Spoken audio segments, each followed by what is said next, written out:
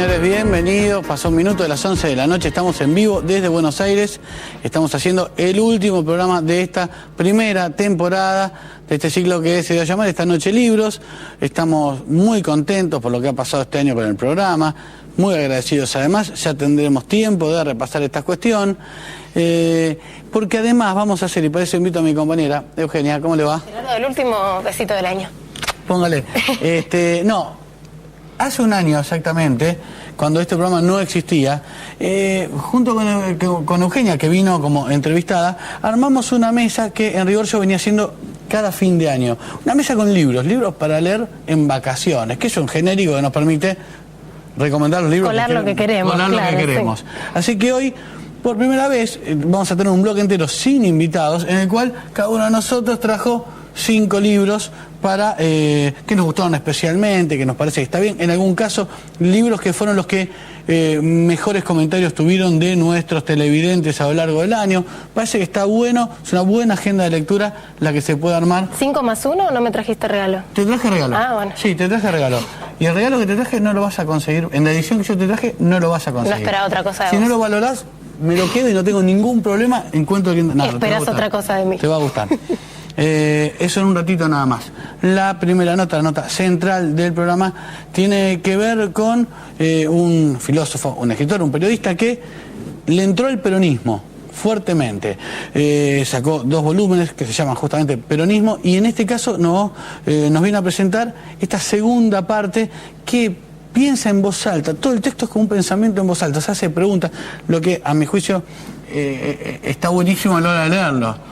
Porque digo, se va haciendo preguntas que se responden como en otros libros, de ahí como bien escrito, pero un gran pensamiento en voz alta sobre algunas cosas, preguntas que el tipo se hace sobre el peronismo y que se va contestando. Hace mucho tiempo además, ¿no?, que se viene contestando, diversas. Sí, pero es una manera de escribir la historia que a mí por lo menos me gusta mucho. José Pablo Feynman, gracias por venir. ¿Qué tal? ¿Qué tal? ¿Cómo estás? Bien. Bueno, tenemos mucho para hablar,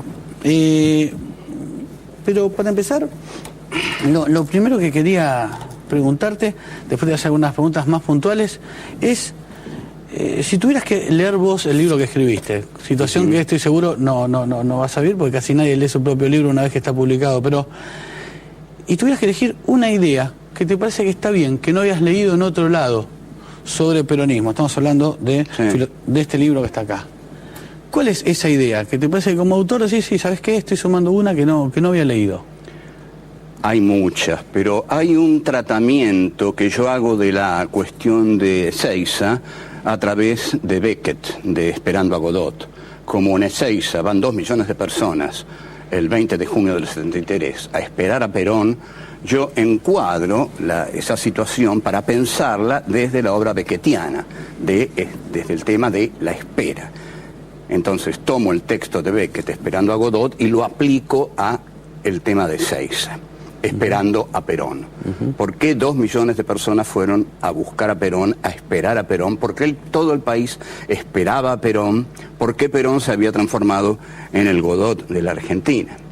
Hay en ese momento del libro 2 ideas sobre los montoneros sobre las que me gustaría preguntarte. Una de esas ideas tiene que ver con esto de que los montoneros ya fueron equivocados, como si no hubieran entendido dónde iban. Ellos iban a un acto que se imaginaron de un modo, cuando en rigor el pueblo, la gente, como te guste llamarlo, iba a otra cosa. ¿De qué se trata ese primer error que vos marcás desde tu perspectiva que cometen los montoneros ahí? Sí, ese error lo vuelven a cometer el 1 de mayo del 74. Los montoneros confunden la marcha sobre Ezeiza, aunque esto tiene un tinte mussoliniano, digamos, la fiesta del 20 de junio del 73, donde van esas 2 millones de personas, son el pueblo. Ahí sí podemos decir el pueblo, porque había de todo, porque había madres con sus chicos, porque estaba el Frente de Liberación Homosexual con Néstor Perlonger al frente, porque la JP recibe con mucha alegría a esa gente, con un cántico muy simpático, cariñoso, los putos con Perón era. Entonces todos se reían, hasta Perlonger se reía, porque le resultaba muy gracioso. Modelos, madres con niños en brazos, coches que venían de Salta, camiones, van todos. Ahora, Los montoneros tendrían que haberse sumado a esa fiesta. Era la fiesta de ir a buscar a Perón después de 18 años de exilio. El error fue copar los primeros 300 metros del acto. No era un acto, este es el error de concepción. Ese no era un acto, ni era un acto político. Era una gran manifestación popular, genuinamente popular, policlasista, donde iban muchas clases sociales, a recibir un sueño que resultó imposible, pero siempre a un sueño se lo espera con mucha ansiedad, con mucho calor, y se le da una gran bienvenida a un gran sueño. Perón ya había pasado a ser una figura tremendamente mítica, se esperaba que regresara en un avión negro, y de algún modo Perón se fue transformando en la esperanza argentina. Cuando vuelva Perón todo se va a arreglar. Esto subyacía en, digamos, el inconsciente colectivo, por decir una fórmula banal pero muy conocida de todo el mundo. Ahora, Perdón un minuto.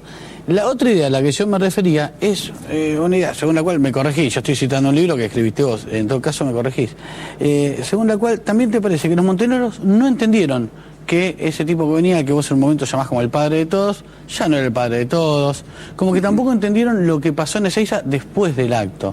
Este Perón que ya no quería ser el padre de todos, sino que había elegido otro camino. No, pero eso lo entendieron sobre la marcha, no lo esperaban, fue una gran sorpresa. Pues ahí explicás que al principio no lo entendían. No es que no lo entendían, no lo esperaban, nadie lo esperaba. Nadie esperaba que Perón se iba a volcar a la derecha de un modo tan brutal, digamos, por decirlo en un concepto global de todo lo que significa brutal. En realidad, conociendo cómo era Perón, Perón integraba a todo el mundo. Perón no era un tipo de apartar gente que quería acercarse al movimiento. Incluso a lo largo del largo exilio, Perón hace el papel del gran ajedrecista de la historia, el papel del totalizador que totaliza desde afuera. Es decir, el movimiento peronista era una gran totalidad de partes que se enfrentaban entre sí, que no tenían el mismo punto de vista, que pensaban al peronismo de modo distinto. Pero Perón lo armonizaba desde afuera, porque cuando una totalidad no se constituye, es decir, no cierra, Perón era el que cerraba esa totalidad y encaminaba todos los proyectos enfrentados que se daban en el seno del movimiento hacia un mismo lugar. Y todos estaban de acuerdo, de algún modo, en que el objetivo de la lucha era traerlo a Perón al país, porque eso era lo que más irritaba al régimen ilegal, repito esto, ilegal, que gobernó en la Argentina desde el 55 hasta el 73. Porque no hubo elecciones libres. Sí, o sea, vos insistís con la idea de que fue ilegal todo, o sea, todo. Desde tu perspectiva hasta Ilia. Pero por supuesto, cuando Ilia... Mira, aclaremos, para hacerlo simple, Ilia era un buen tipo, ¿ok? No tengo nada contra él. Yo me imagino en este momento a Brandoni viendo el programa, que viene siempre al programa. Sí, Brandoni, vos lo sabés. Amigo de la casa. Debe estar tirándole cosas al televisor. No, de ninguna manera. Brandoni es amigo mío de hace mucho tiempo. Pero Brandoni va a aprender. Cuidado que estás perdiendo amigos como loco últimamente. Sí. Cuidado con Brandoni. Algunos de los que pierdo nunca fueron amigos míos. No, me están insultando porque nunca fueron amigos míos. Pero volvamos al tema de Ilia. Al tema de Ilia dejamos a Brandoni tranquilo, que por ahí se entera de algo hoy. Brandoni no puede negar algo fundamental. Un gobierno que sube basado en la proscripción de una fuerza política mayoritaria y en la exclusión del líder de esa fuerza mayoritaria no es democrático. No sube dentro de un espacio democrático, sube dentro de un espacio proscriptivo. Si Ilia hubiera sido un gran demócrata, no habría aceptado esas condiciones. Habría dicho, señores, yo acepto ser candidato a presidente por la Unión Cívica Radical, pero si todos participan de la elección, porque hay una enorme mayoría que está marginada y hay un líder de esa enorme mayoría que no puede volver al país. Entonces, mi presidencia va a ser ilegal, va a ser antidemocrática, va a ser inconstitucional. ¿No lo entendiste todavía? No, yo no entendí. ¿No está claro? No, hasta Brandoni lo va a entender, porque es muy inteligente sobre todo. Entendí tu explicación. Escúchame. Sabés que hay otras. ¿Cuál es la otra? ¿Cuál otra puede haber que se oponga a esta? Es tan evidente. Escúchame, ¿no es evidente que en un país para que una fuerza política acceda legalmente al gobierno, todos tienen que tener el derecho de presentarse a elecciones? Si esa fuerza política acepta la proscripción, en la democracia no hay proscripciones. No, entiendo la idea y no me quiero enganchar en el debate porque quiero seguir preguntando sobre peronismo. Bueno, lo que quiero decirte sí es que del modo en que vos lo planteás, de algún modo empata a Onganía con Ilía. Sí, pero son distintos, pero lo empatan. ¿Sabes por qué? Porque lo empata Aramburu con Frondizi. Los militares ponían caretas políticas, máscaras políticas, porque no querían dar la cara a ellos mismos. Entonces le daban una fachada democrática a la sociedad. Esto es muy claro. Le daban una fachada democrática a la sociedad. Para eso necesitaban gobiernos civiles. Entonces hablaban con los civiles y les decían, los vamos a llevar al gobierno porque nosotros no queremos asumir el gobierno. Queremos que la República Argentina, por su prestigio exterior, por los créditos, por lo que sea, tenga una fachada democrática. Y nadie les dijo, bueno, para tener una verdadera fachada democrática, autoricen que se presente el peronismo también, porque cuando Frondizi lo autoriza y Framini va a asumir, y esto es mi libro, y Framini va a asumir la gobernación que gana legítimamente en la provincia de Buenos Aires, los militares lo echan a patadas y a Frondizi lo tiran del gobierno. ¿Esto qué significa? Que todo civil puesto por los militares que intentara desde su concepción de la democracia, legalizar el país, los militares lo echaban.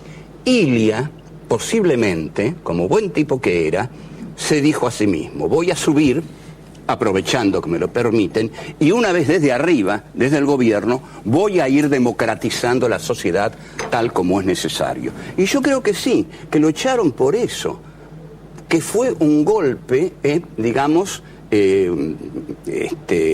preventivo. No por la ley de medicamentos, ni por lo del petróleo, como sí, los radicales quieren. Está bien. Pero aún con esta diferenciación, te corto un poco, pero porque quiero volver al libro, pero aún con esta diferenciación... Bueno, pero entendiste lo que quiero decir, porque para mí es importante que lo entiendas. Yo entiendo siempre, a veces comparto, a veces no, a veces me quedo pensando... Bueno, pero esto lo tenés que compartir, porque es clarísimo. Digo, con esta, no, pero está bien, pero digo, con esta diferencia... Me rompí el alma. Eso es el libro. Perdón un minuto. Con esta diferencia que marcás entre justamente Ilía y el resto, igual te parece que esa denominación que engloba todo es la que corresponde cuando, desde tu perspectiva, repasás ese periodo de la historia. Ese periodo de la historia, claro, Perón, proscripto, deviene una figura mítica. Este también es otro terrible error del poder militar, que es el que gobierna durante esos 18 años. En esto no nos engañemos, los que gobiernan son los militares, por eso ponen, sacan, lo ponen a Guido, lo ponen a Ilia, lo ponen a Frondizi, lo sacan. No, sobre eso no tengo una mirada ingenua. No, gobiernan los militares. Los militares no quieren que Perón vuelva, que el peronismo vuelva. Entonces, transforman a Perón en un mito. Porque si vos sos un joven que surge a la política en 1965, mirás el panorama político argentino y decís, ¿qué pasa acá? ¿Por qué este político que está en Madrid está prohibido? ¿Qué tiene? ¿Qué componentes tiene para que el régimen militar, que es profundamente reaccionario, lo prohíbe? Y ahí la figura de Perón te empieza a parecer ya medio interesante, ¿no? Y eso es lo que pasó con la mayoría de los jóvenes de la JP. Es decir, dos cosas, con esto te dejo la palabra de nuevo. La mayoría de la clase obrera y de la clase pobre era peronista y el líder tenía prohibido su regreso al país. Era una cosa explosiva en sí misma, como para atraer a un joven. Y por eso la juventud se vuelca ahí. Estamos hablando del libro Peronismo, Filosofía Política de una Persistencia Argentina y sobre todo de esta etapa que va hasta el 76. Y en este libro también hay una idea que aparece bien desarrollada sobre la que a mí me gustaba preguntar. Quizás porque yo tenía 5 años en el 75 y si bien hablé con mucha gente sobre esto y he leído algunas otras cosas, sobre esta cuestión no había pensado o no me había cruzado yo un texto así. Vos marcás que los montoneros, aunque mucho no se habla de esto, y otros grupos políticos, especulaban con cuánto podía vivir Perón. Es decir, todo el país especulaba con eso. O sea, ¿cómo fue eso? Digo, vuelve Perón y viste que eso en general los libros de historias mucho no lo registran. Y acá es un dato interesante porque analiza cómo se plantaban todos frente a este Perón que no se sabe cuánto dura. Claro. Contame un poco cómo era ese momento. Los montoneros esperaban ser la vanguardia de la revolución que había que hacer en el país. Y esperaban tener la conducción de ese proceso revolucionario. La idea de los montoneros y de la juventud peronista, que no hay que confundirlos. Pero bueno, yo contra eso no puedo luchar. Si la gente o determinados politólogos quieren seguir con eso, no lo pueden pedir. Pero una cosa era la juventud peronista, la tendencia, y otra, la idea de la lucha armada, ¿no? que estaba en las formaciones especiales, tal como Perón la llamaba. Pero toda la juventud peronista esperaba el regreso de Perón y había transformado en efecto a Montoneros en la organización hegemónica de la juventud peronista. Entonces, para Montoneros era Perón regresaba y la conducción la tenía que compartir con un grupo fuerte de vanguardia por la edad que tenía. Entonces lanzan una consigna que dice conducción, Montoneros y Perón, con la desdicha para esa consigna que para que rimara, Montoneros tiene que ir primero, porque como Perón rima con cualquier cosa, siempre hay que terminar con Perón, ¿no?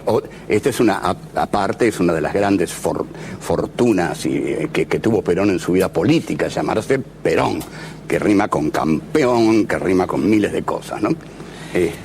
Entonces, seguí. No, está bien. Quería preguntarte, en este libro justamente se llega al momento en el cual queda claro cuál es la elección de Perón. Esto que vos llamás no va a ser el padre de todos. Perón se abraza a la derecha de su movimiento. Yo quería hacerte una pregunta que no sé si tiene una respuesta posible, pero ese Perón que viene y que finalmente deja espacio a la AAA, ese Perón que vos contás, el que abraza a la derecha, después de haber escrito 2 tomos sobre el peronismo, ¿crees que es otro Perón? ¿Era el mismo Perón de siempre que termina mostrando algunas cosas que antes no? Su esencial verdad. Sí, yo no estoy tan seguro de que haya sido así, pero me interesa más tu idea. El tipo siempre había sido eso y lo demuestra, bueno, cambió con el tiempo. Es lo que acabas de decir. Lo que yace a tu pregunta es si el tercer Perón es el que explicita la esencia verdadera de todos los Perones, es decir, un fascista militar. Bueno, no es así. El primer Perón es un militar populista que favorece enormemente a la clase trabajadora. Hay que tener en cuenta que el primer Perón lleva la participación de la clase trabajadora en el Producto Bruto Interno del 20% al 53%. Durante el gobierno del primer Perón, la clase trabajadora argentina tiene la más alta participación en el Producto Interno de la historia. Entonces, ese primer Perón, aunque tenga rasgos autoritarios, y a su lado esté Evita, que también tenía rasgos autoritarios, tienen rasgos autoritarios porque tienen enfrente a una oligarquía beligerante que estalla en el golpe de septiembre del 51 de Benjamín Menéndez, ¿no? Que se levanta en armas y que constantemente están agrediendo a un gobierno que está haciendo transformaciones fundamentales, abogados sindicales, sindicatos, estatuto del peón, derechos de la ancianidad, derechos del niño, casas, asfalto donde había barro nada más, como dice Mordisquito, ¿no? Porque Mordisquito, Discépolo, dice, a mí ya no me gusta el tango del 30, ya no me gusta el tango, sus tangos, ¿te das cuenta? Porque el tango es la pobreza, el tango le gusta el barrio, el barro, y no, yo adoro el asfalto, dice. Que ha construido este gobierno. Ahora, los umbrales antes, dice, eran para los mendigos. Ahora, no, los umbrales son para los novios. O sea, que entonces, te noté como orejito, o sea, es que hay una edición de la Universidad Nacional de Rosario que yo tengo 2 ejemplares que no se consiguen, que recopila todos los monólogos de Mordisquito, que es extraordinario. Es extraordinario. Y yo pensaba, ¿no? ¿Cuántos de los que hoy defienden a este gobierno se lucirían más si tuvieran el talento de aquel? Que con humor, claro, y con inteligencia y con buena prosa, defendió una idea, ¿no? Era sí, bastante... bueno, es muy difícil tener el talento de Discépolo, muy pocos lo han tenido en la Argentina y era un gran poeta, totalmente negado por la academia, ¿no? Porque es un poeta popular, como Mansi, como la gran poética del tango. Y entre la poética del tango, Discépolo fue el más grande, junto con Mansi. Pero los textos de Mordisquito tenían un problema también. Mordisquito no tenía quien le respondiera en la radio, porque las radios estaban todas en manos del gobierno. Claro. Ahora, de todos modos, y Discépolo sufrió mucho por eso y murió de eso. Porque Arturo García Burr lo escupió, lo encontró en la calle y lo escupió, y bueno, cosas terribles. Le mandaban los discos de Discépolo, se los mandaban rotos, y él no lo podía creer. Dejaron de creerlo. Sí, y conozco esa parte de la cuando la historia. oligarquía odia, viva el cáncer. Y vamos a ver ahora con esto de la enfermedad de Cristina Fernández, qué pintadas aparecen por algunos barrios de la ciudad. Estemos atentos a eso. Vuelvo al libro ¿en qué a estábamos? preguntarte. No, yo sé perfectamente lo que te quería preguntar. Sí. Muchas veces desde la izquierda peronista o el progresismo o los sectores más progresistas del peronismo justifican la violencia, la lucha armada, la lucha de montoneros, contando la historia desde el origen de la violencia, marcando el origen de la violencia en la Libertadora. Es decir, cuando explican, mira, nos miran a nosotros éramos parte de una lucha que arrancó con la Libertadora cuando nos mataron a los compañeros nuestros y que luego se dio de mil maneras hasta llegar ahí. ¿Vos compartís esa mirada de la historia? O sea, esa violencia de los montoneros, que cuando argumentan muchos referentes cercanos, originan allá. Para vos, mira, ¿te cierra? No, esa mirada de la historia. Sí, yo tengo mi mirada de la historia sobre eso. Por eso, y te cierra la tragedia de la Argentina empieza con el bombardeo del 16 de junio de 1955. Sigue con el decreto 4161 que prohíbe nombrar a Perón, prohíbe nombrar a Evita, prohíbe el Partido Justicialista, prohíbe el sindicalismo peronista, prohíbe toda organización que te lleve la mancha infamante del peronismo. Escamotea el cadáver de Evita, lo esconde, lo desaparece. ¿Por qué? Porque sabían que el lugar donde lo pusieran se iba a convertir en un lugar de peregrinación política. Entonces ahí empieza la violencia con el fusilamiento de Valle, con los 28 asesinados en los basurales de José León Suárez, Operación Masacre, de Rodolfo Walsh. Ahí está ese libro. Durante Perón murió únicamente en Rosario, torturado, el doctor Incalinela, comunista. Lamentable muerte. Pero apenas el bombardeo del 16 de junio fue el bombardeo sobre una ciudad abierta. Bombardearon Buenos Aires. Entonces ahí empieza la violencia, ahí empieza la ilegalidad de la que te hablo. Si no entendemos esto no vamos a entender nada.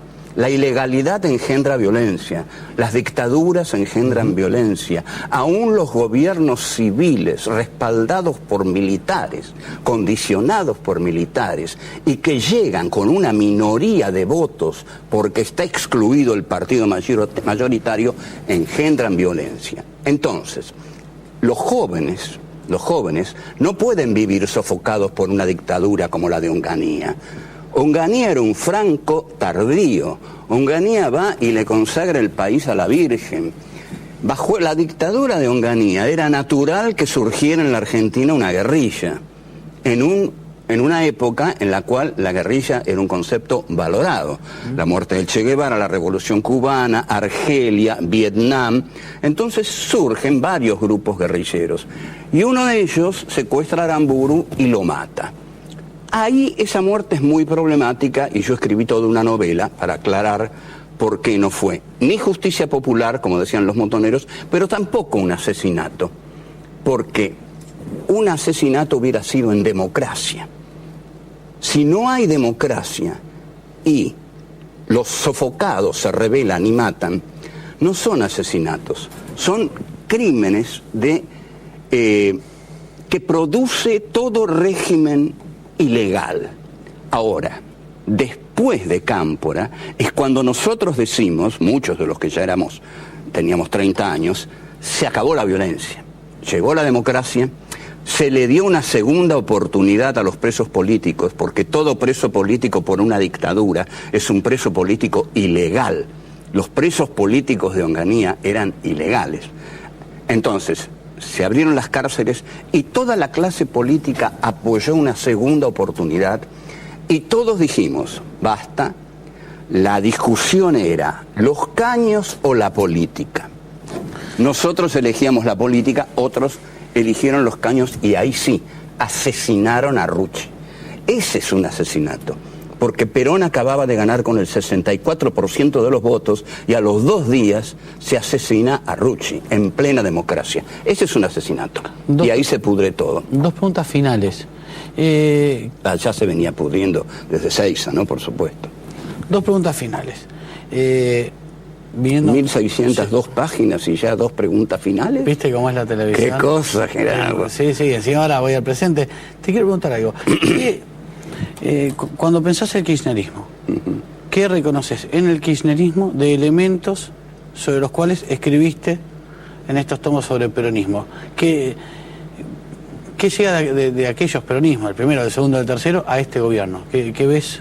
No, lo que veo en este gobierno bueno, es que, malo. No, lo que tiene este gobierno de muy bueno es que expresa, en mi visión, ¿no?, lo mejor de la izquierda peronista. La izquierda peronista no fue violenta.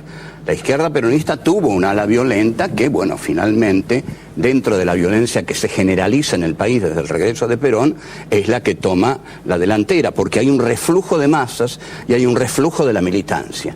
Pero el gobierno de Cámpora, que dura 49 días, que para mí fueron los mejores días de mi vida, quizás, porque nunca viví con tan... Era la primera vez que vivía con libertad, que había libros de Marx en las librerías, porque antes uno tenía que ir a Uruguay para comprar un libro de Karl Marx. Era una vergüenza. Este país, esta Buenos Aires que hoy dice la capital cultural de América Latina, vivía sofocada por un catolicismo mediocre, un cursillista, de un fascista mediocre como Onganía, y si uno quería comprar la ideología alemana, el Manifiesto Comunista o el Capital, tenía que ir a Montevideo. Era una vergüenza. También si querías comprar Playboy, ponele. Sí. Pero de pronto viene Cámpora y se democratiza el país. Y en los cines vienen las películas de Bergman, de Antonioni, que estaban cortadas, prohibidas. Se estrena Último Tango en París, que era impensable. Y se vive en democracia. Es cierto, hay obreros que toman fábricas, pero bueno, la democracia, ya sabemos, es desordenada.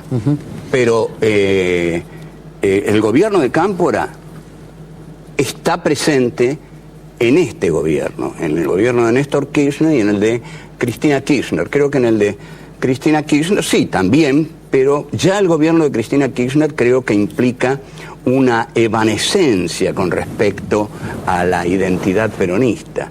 Busca una identidad nueva, una identidad del siglo XXI, un gobierno nacional, popular y democrático. El peronismo no hablaba mucho de la democracia, ni el primer peronismo ni el camporismo. Mi última pregunta tiene que ver con el revuelo que generaron unas declaraciones tuyas que leí el domingo en la edición papel de La Nación. Sé que vos contestaste, hiciste apreciaciones sobre la publicación online. Yo leí honestamente el reportaje en soporte papel. Y como a su vez mi compromiso es que no trato de hacer coyuntura, sino que me dedico más a la cuestión de los libros, quiero hacerte una pregunta. La última vez que nos vimos, vos viniste a presentar El Flaco. Sí. Desde aquella vez a hoy, a partir de esta caracterización que haces, en un momento sí es difícil de defender un gobierno de 2 millonarios, ¿cambió tu idea sobre el kirchnerismo? Yo no dije eso, Eso está sacado de contexto. Yo no dije es difícil defender un gobierno de 2 ladrones, como intentaron. No, de 2 millonarios no dicen ladrones en el texto. 2 millonarios. ¿Por qué vos vas a La Nación y te preguntan obsesivamente por el patrimonio de los Kirchner?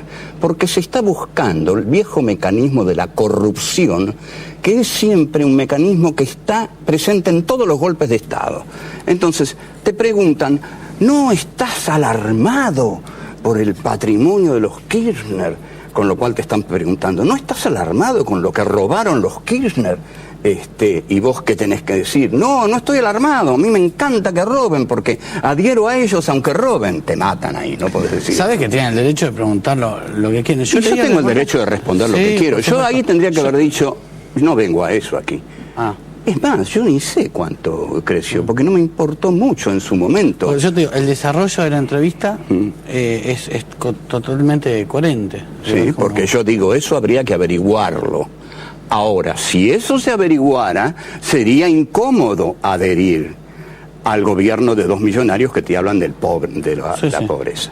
Ese es el razonamiento. Lo que pasa es que ya no se razona, ¿no? Entonces te sacan la frase de contexto. Ya, no en la entrevista, en la entrevista... En la entrevista no. Se entiende pero perfectamente, después aparece es lo que dijiste. Si es lo que dije. Yo dije, repito, hay que hacer un análisis de ese enriquecimiento. A ver si es efectivamente así, si es lo que se publica, en fin. Hay que hacer un análisis de ese enriquecimiento. Si se verifica que es un crecimiento doloso, digamos, un crecimiento corrupto, entonces, para mí, sería difícil adherir a... Tiene 3 partes la cosa. Ahora, ¿qué hacen en Internet? Que es un salvaje el que armó eso, un salvaje y realmente una mala persona. Toma la tercera parte, ¿no? Extrae la tercera y la pone de título en un país donde solo se leen los títulos, porque nadie quiere pensar, y menos en Internet. Y pone, es muy difícil adherir a un gobierno de 2 multimillonarios que te hablan de la pobreza. Honestamente, leí tu... Tengo que cerrar ahora, pero leí tu respuesta hoy en página 12, pero la verdad es que yo había leído la entrevista, no la había visto en Internet, en soporte de papel, yo compré el diario, y bueno, me parecía que habían respetado lo que dijiste, porque era muy coherente toda la entrevista. Además que, claro, la sé que el periodista es un periodista que es serio. Sí, pero estaba bien, y estaba bien lo que yo había dicho, no era una cosa así, pero te dan una puñalada por la espalda. Aquí hay una Nación, un diario La Nación en papel y un diario La Nación en Internet que da vuelta a todo, que simplifica todo, que lo larga así. Entonces los tipos que leen por Internet, que de acá, mirá, te digo, porque ya lo sabemos, ven el título y de ahí ya te llaman a tu casa. ¿Usted por qué dijo esto? Va al exterior, escriben desde el exterior. Feynman dijo, se armó un lío, mi vida serena fue un caos durante 2 días por un texto extraído de contexto por un tipo que periodísticamente no me parece honesto. Gracias por venir. Gracias, la paso muy bien siempre con vos. Otra vez, como ocurrió todo el año, llega el momento en que yo regalo una invitación especial para Sottovoce y me olvido de hacerlo porque me la quedo, sencillamente, y además la uso. Entonces me ponen en carteles porque debo hacerlo en cámara. Y yo tengo que decirte una cosa, la última, dame un minuto. Grabé Filosofía y Derechos Humanos para el canal Encuentro, para mi programa Filosofía Aquí y Ahora, que solo con este gobierno podría ser. Eso es muy importante también, muy importante. Y solo en el canal Encuentro. Después no lo voy a poder hacer más.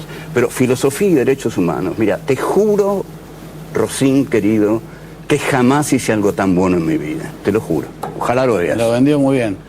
Nosotros somos no vine a vender. No, pero dije bien. Fue una promoción. Uno está sensible, ¿qué querés? Te pegan de todos lados mal, ¿no? Te hacen cada foul penal así, que uno está sensible. Gracias, profesor. Te informé de eso porque creo que es valioso. Nada más, no te lo vendí.